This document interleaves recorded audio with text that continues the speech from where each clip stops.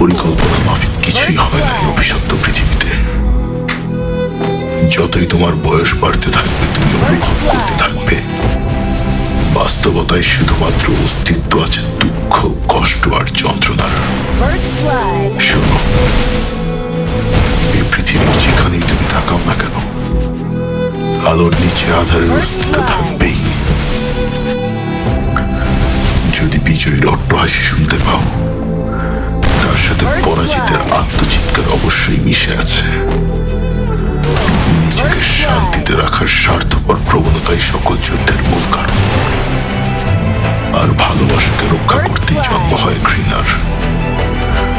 আমাদের অনুভূতিগুলোর একের সাথে অপরের আছে অবিচ্ছেদ্য সম্পর্ক, যা আমরা চাইলেও ছিন্ন করতে পারবো না। আমি চাই এই পৃথিবীর ভাগ্য পরিবর্তন করতে,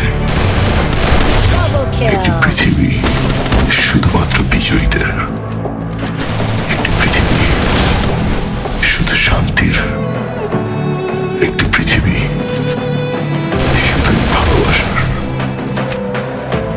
আমি সেই পৃথিবী তৈরি করব। আমি হলাম উচিহাদের প্রেতাত্মা।